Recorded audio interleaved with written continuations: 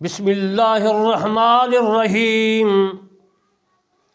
ناچیز بندہ علامہ طالب حسین کرمانی بستی یاسر آباد چک مغل تحصیل میرسی ضلع وہاڑی صوبہ پنجاب پاکستان سے عرض کرتا ہوں کہ آپ نے اللہ کے کلام کو، اللہ کے اسلام کو، دین مذہب، اللہ کے احکام کو، اس کے محبوب صلی اللہ علیہ وآلہ وسلم کے پیغام کو تمام انسانوں کے کانوں تک پہنچانا ہے، تاکہ یہ کوئی نہ کہہ سکے قیامت کے دن کہ میرے کان میں اسلام نہیں پہنچا۔ آپ نے اپنا فرض نبھانا ہے اور میں اپنا تبلیغ کا فرض نبھا رہا ہوں۔ میرے دوستو، آج میں سجدہ تلاوت کے متعلق عرض کروں گا۔ اگر آیات پڑھنے کے بعد فوراً نماز کا سجدہ کر لیا ہے، آیات سجدہ کے بعد 3 آیات سے سجدہ زیادہ نہ پڑھا اور رکوع کر کے سجدہ کیا تو اگرچہ سجدہ تلاوت کی نیت نہ ہو، ادا ہو جائے گا۔ یہ مسئلہ فتاوی عالمگیری میں بھی موجود ہے اور یہ مسئلہ در مختار میں بھی موجود ہے اور یہ مسئلہ بہار شریعت میں بھی موجود ہے۔ نماز کا سجدہ تلاوت سجدہ سے بھی ادا ہو جاتا ہے اور رکوع سے بھی، مگر رکوع سے جب ادا ہوگا کہ فوراً کرے، فوراً نہ کیا تو سجدہ کرنا ضروری ہے۔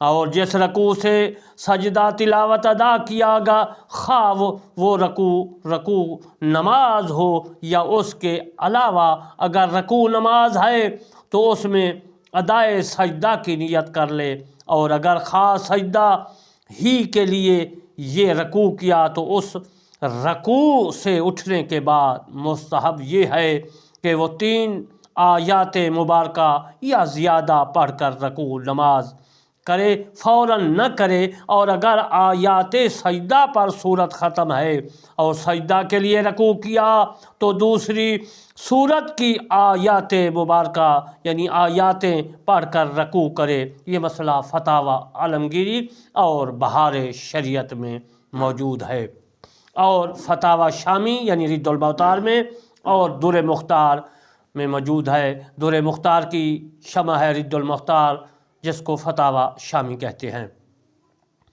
آیات سجدہ جو ہے بیچ صورت میں ہے تو افضل یہ ہے کہ اسے پڑھ کر سجدہ کرے، پھر کچھ اور آیاتیں پڑھ کر رکوع کرے، اور اگر سجدہ نہ کیا اور رکوع کیا اور اس رکوع میں ادائے سجدہ کی بھی نیت کر لی تو کافی ہے۔ اور اگر نہ سجدہ کیا نہ رکوع کیا بلکہ سورت ختم کر کے رکوع کیا تو اگرچہ نیت کرے تو نا کافی ہے، اور جب تک نماز میں ہے سجدہ کی قضا کر سکتا ہے۔ یہ مسئلہ فتاوی عالمگیری میں بھی موجود ہے اور یہ مسئلہ بہار شریعت میں بھی موجود ہے۔ سجدہ پر سورت ختم ہے اور آیات سجدہ پڑھ کر سجدہ کیا تو سجدہ سے اٹھنے کے بعد دوسری سورت کی کچھ آیات مبارکہ پڑھ کر رکوع کرے، اور بغیر پڑھے رکوع کر دیا تو پھر بھی جائز ہے۔ یہ مسئلہ فتاوی عالمگیری میں بھی موجود ہے اور یہ مسئلہ بہار شریعت میں بھی موجود ہے۔ میرے دوستو، بہار شریعت اردو کی کتاب ہے، یہ ہر گھر میں ہونی چاہیے۔ اگر آیات سجدہ کے بعد ختم صورت میں 2-3 آیاتیں باقی ہیں تو چاہیے فوراً رکوع کر دے، یا صورت ختم کرنے کے بعد یا فوراً سجدہ کر لے، پھر باقی آیات مبارکہ پڑھ کر رکوع میں جائے، یا صورت ختم کر کے سجدہ میں جائے۔ سب طرح اختیار ہے، مگر اس صورت اخیرہ میں سجدہ سے اٹھ کر کچھ آیاتیں دوسری صورت کی پڑھ کر رکوع کرے۔ یہ مسئلہ فتاوی عالمگیری اور بہار شریعت میں موجود ہے۔ رکوع جاتے وقت سجدہ کی نیت نہیں کی بلکہ رکوع میں یا اٹھنے کے بعد کی تو یہ نیت کافی نہیں ہوگی۔ یہ مسئلہ فتاوی عالمگیری اور بہار شریعت میں موجود ہے۔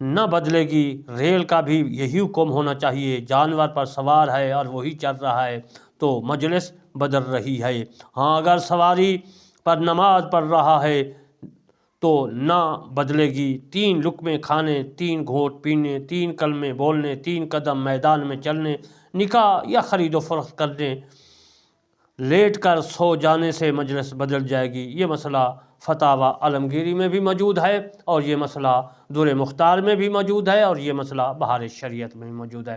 میرے دوستو انشاءاللہ کل کو میں آپ کو یہی مسئلے سجدہ تلاوت کے بقیہ مسائل عرض کروں گا، اور میں دعا کرتا ہوں اللہ تبارک و تعالی ہم تمام مسلمانوں کو صراط مستقیم پر چلائے، قرآن حدیث پڑھنے کے اور سننے اور اس پر عمل کرنے کی توفیق عطا فرمائے۔ آمین ثم آمین، وما علینا الا البلاغ المبین۔